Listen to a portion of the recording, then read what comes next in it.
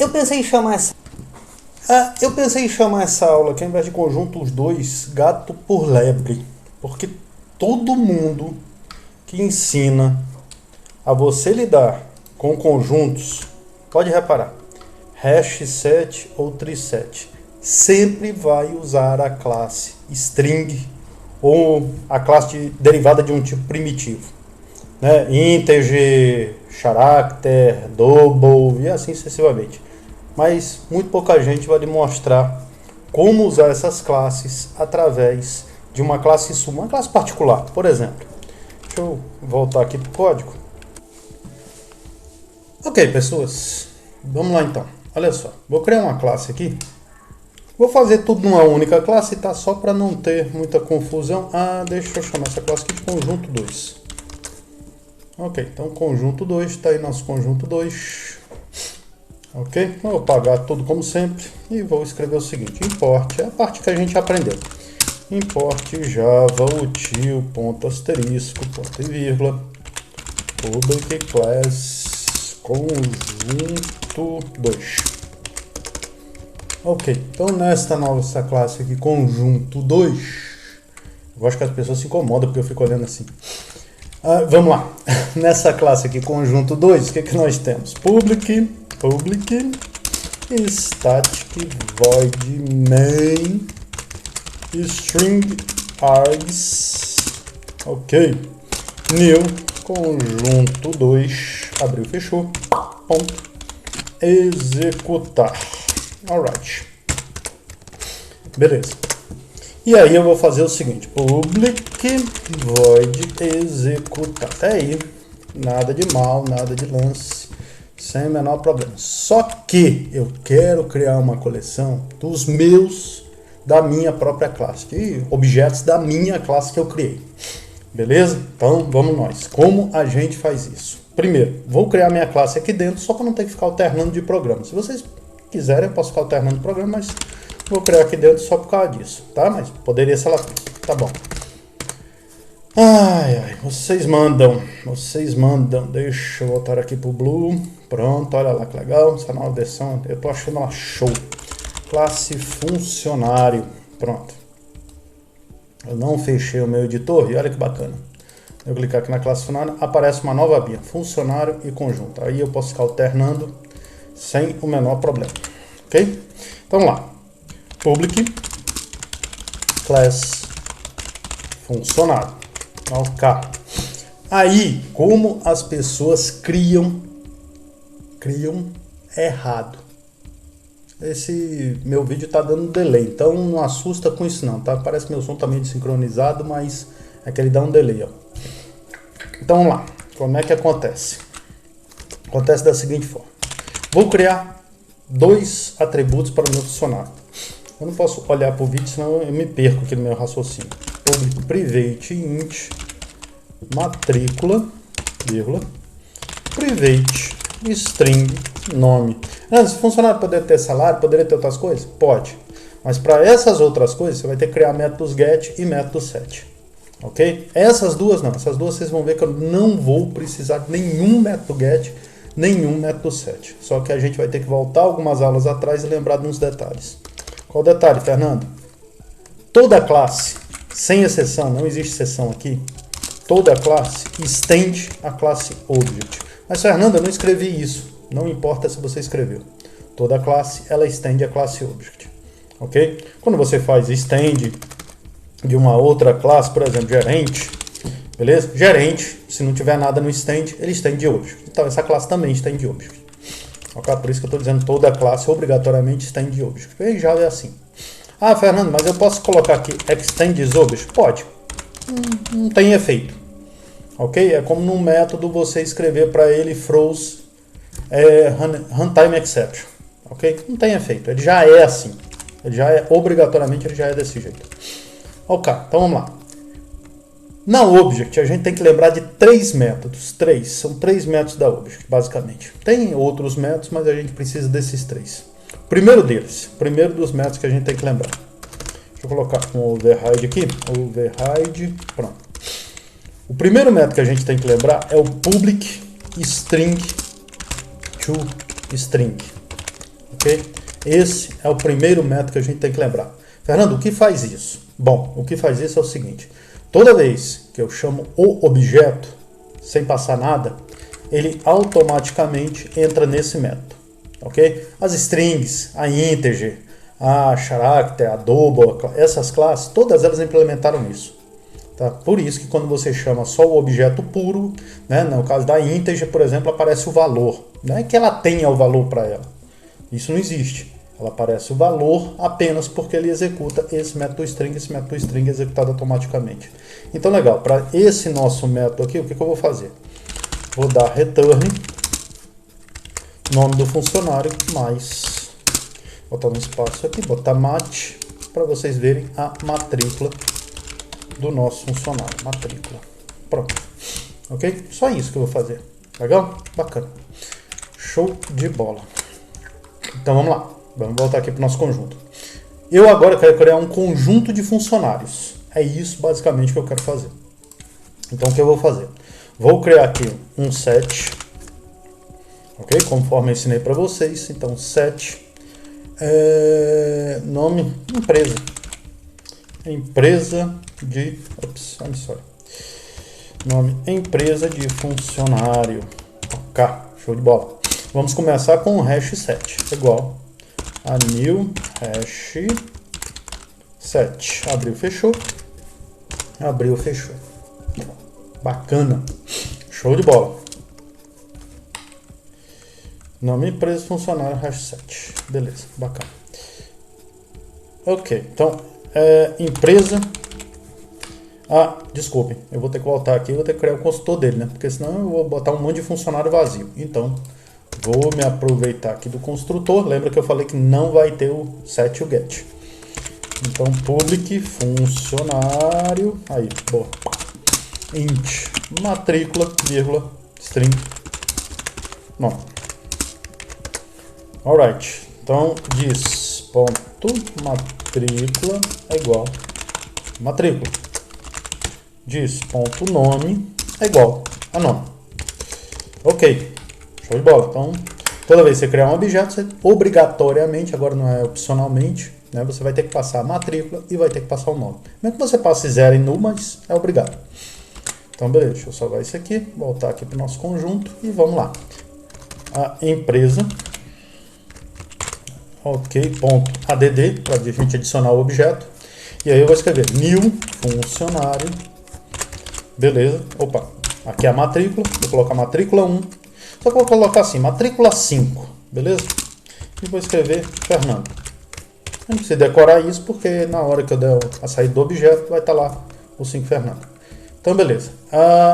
Opa, agora que eu estou sabendo porque esse cara está dando erro. Vou botar esse cara para cá. Pronto, aí ele para de dar o erro. Joia. Opa, aqui faltou um parênteses. Aí, beleza. Joia. Vou criar uns 5, 6 funcionários. Pronto. Vamos lá. Matrícula 1 foi a Maria que entrou primeiro na empresa.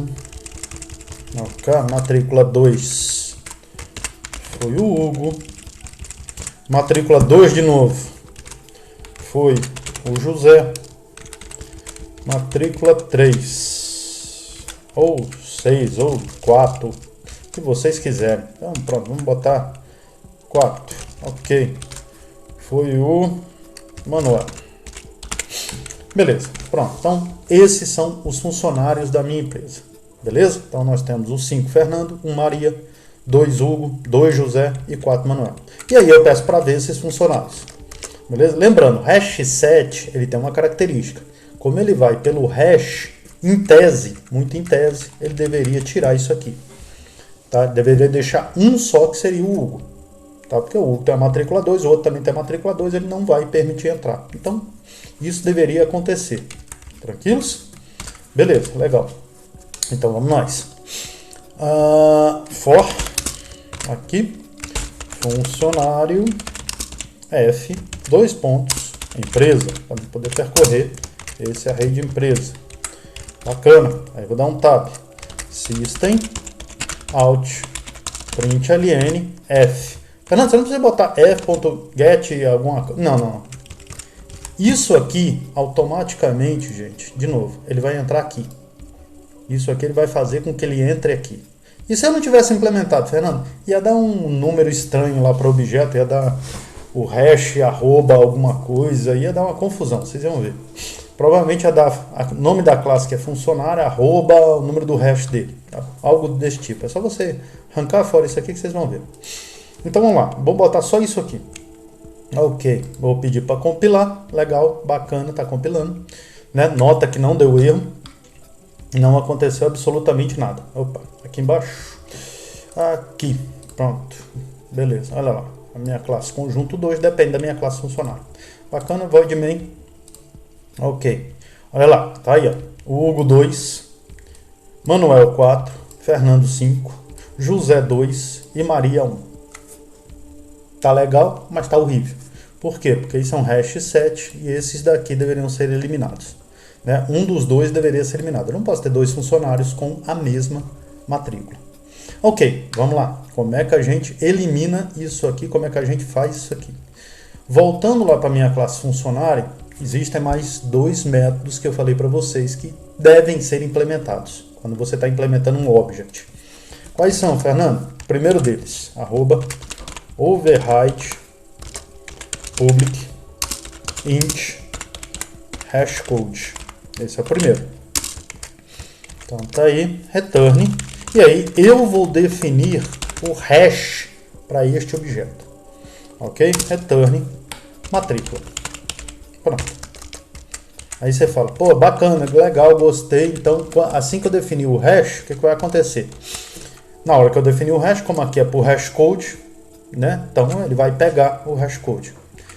Ok, vamos lá. Deixa eu voltar aqui para o meu Blue. Deixa eu fechar essa janela. Opa.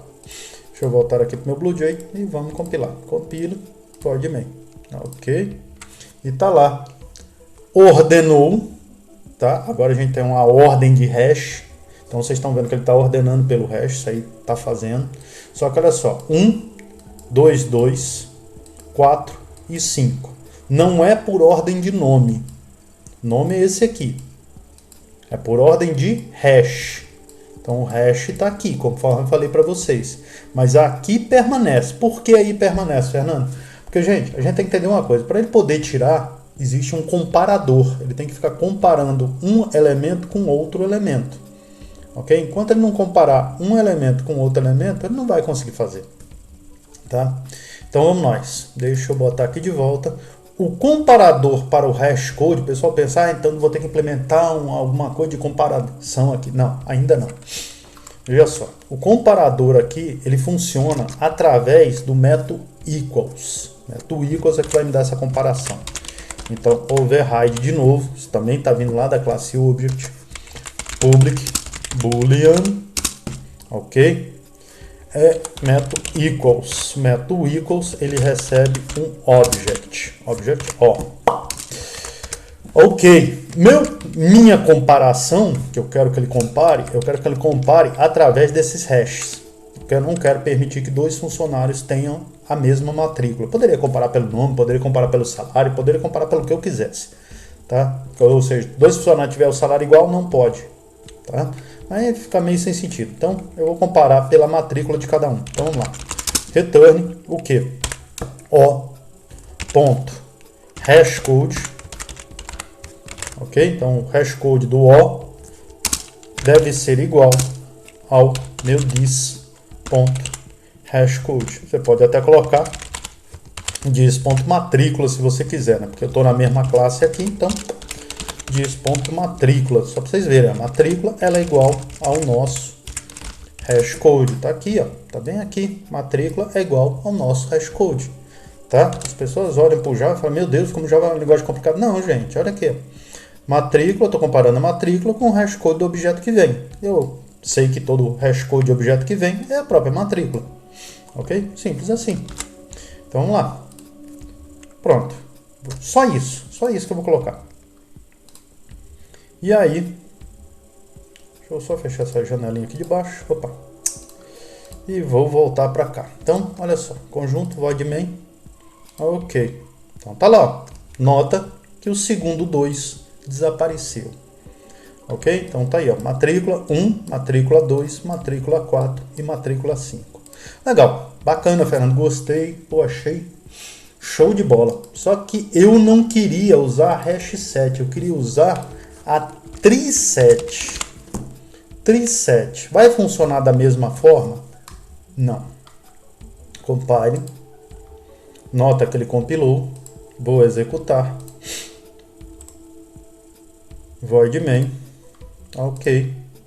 E tá lá, dando um erro, agora sim, dizendo que você precisa utilizar a função comparable.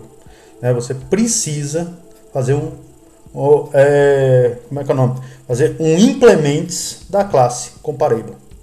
Ok? Implementar esta classe, não, desculpem, essa interface comparable.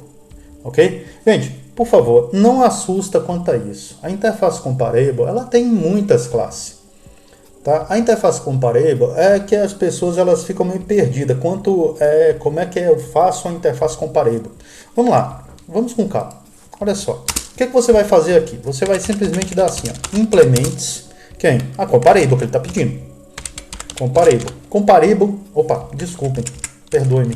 Tá vendo? É o que dá ficar em duas classes. Voltei para cá, classe funcionário. Ok, então implements comparable. Agora sim. Classe funcionário, please. Implements comparable, funcionário. Beleza. Agora eu vou estabelecer como é a comparação entre o funcionário que eu tenho, eu como funcionário, e um outro funcionário. Então, por exemplo, como será a comparação entre esses dois funcionários? Por exemplo, vai ter o Fernando 5 e a Maria 1. Poderia ser para o salário. Nada demais. Pode ser por salário. Eu quero imprimir primeiro quem tem menor salário, tá? Ou os maiores salários. E assim sucessivamente. Eu estabeleço a comparação. Tá? O método comparable, ele diz apenas como eu quero fazer esta comparação. Tá? Só que esta comparação ela é feita da seguinte forma. Override. Vou colocar um override aqui, que a gente implementa esse método. Public int compare to. Ok? Esse compare to, que se vocês olharem aqui para o object, ok? Ele tem a mesma sintaxe, pode dizer assim, a diferença é que aqui é boolean e aqui vai ser um int. Ok? Compare to object. Só que não pode ser object, porque aqui eu disse que eu vou receber um funcionário. Então, beleza. Se aqui eu disse que eu vou receber um funcionário, então aqui eu coloco funcionário. Ok? É uma diferença. Então vamos nós. O compare to funciona da seguinte forma. Aqui eu tenho um int. Qualquer valor menor do que 0, ele vai ficar antes. Qualquer valor igual a 0 significa que eles são iguais. E qualquer valor maior do que 0, não importa esse valor, maior do que 0, ele vai ficar depois. Simples assim. Ok? Então a única coisa que eu preciso fazer é, poxa, então o que eu preciso fazer? Se eu estou comparando com salário. Salário menos o salário que está vindo para mim. Ok? Ele vai devolver um número 0, um número maior do que 0, um número menor do que 0. É isso que ele vai fazer. Ok? Mas como no caso aqui eu não tenho salário, eu tenho a matrícula, então a única coisa que eu preciso, return matrícula menos a matrícula do O. Só que eu não tenho O.getMatrícula, senão eu colocaria dessa forma. Como eu não tenho, mas eu tenho hashcode. Então O.hashcode. Ok? E aí você para e pensa, então significa o seguinte, a classe string, a classe integer, a classe long, a classe double, a classe character, todas elas implementaram esses métodos daqui, esses 4 métodos. Além, óbvio, do construtor, Se você olhar, quando você cria um integer, você tem que dizer para ele qual é o valor dele. Quando você cria uma string, é a mesma coisa. Exatamente, é isso mesmo que aconteceu. Eles implementaram já para você esses 4 daqui. Então, eles implementaram o método string para dar retorno ao objeto. Eles implementaram o método equals para comparar 2 objetos, para equalizar 2 objetos. Eles implementaram o método hashcode para saber qual é o hash do objeto a partir do momento que eu quero.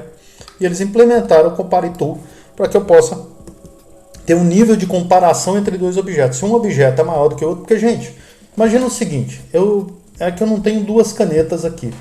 Mas imagine que eu tenho 2 canetas dessas. Como é que eu digo que uma é maior do que a outra né? Ou vice-versa, né? Eu quero botar uma ordem para essas canetas. Eu tenho uma preta, aqui eu tenho uma preta, tenho uma azul, tenho uma vermelha. Como é que eu faço essa ordem? A gente está lidando com objetos. É objetos que eu tenho. Óculos é um objeto, boné é um objeto, né? Relógio é um objeto, ok? É isso que a gente está lidando.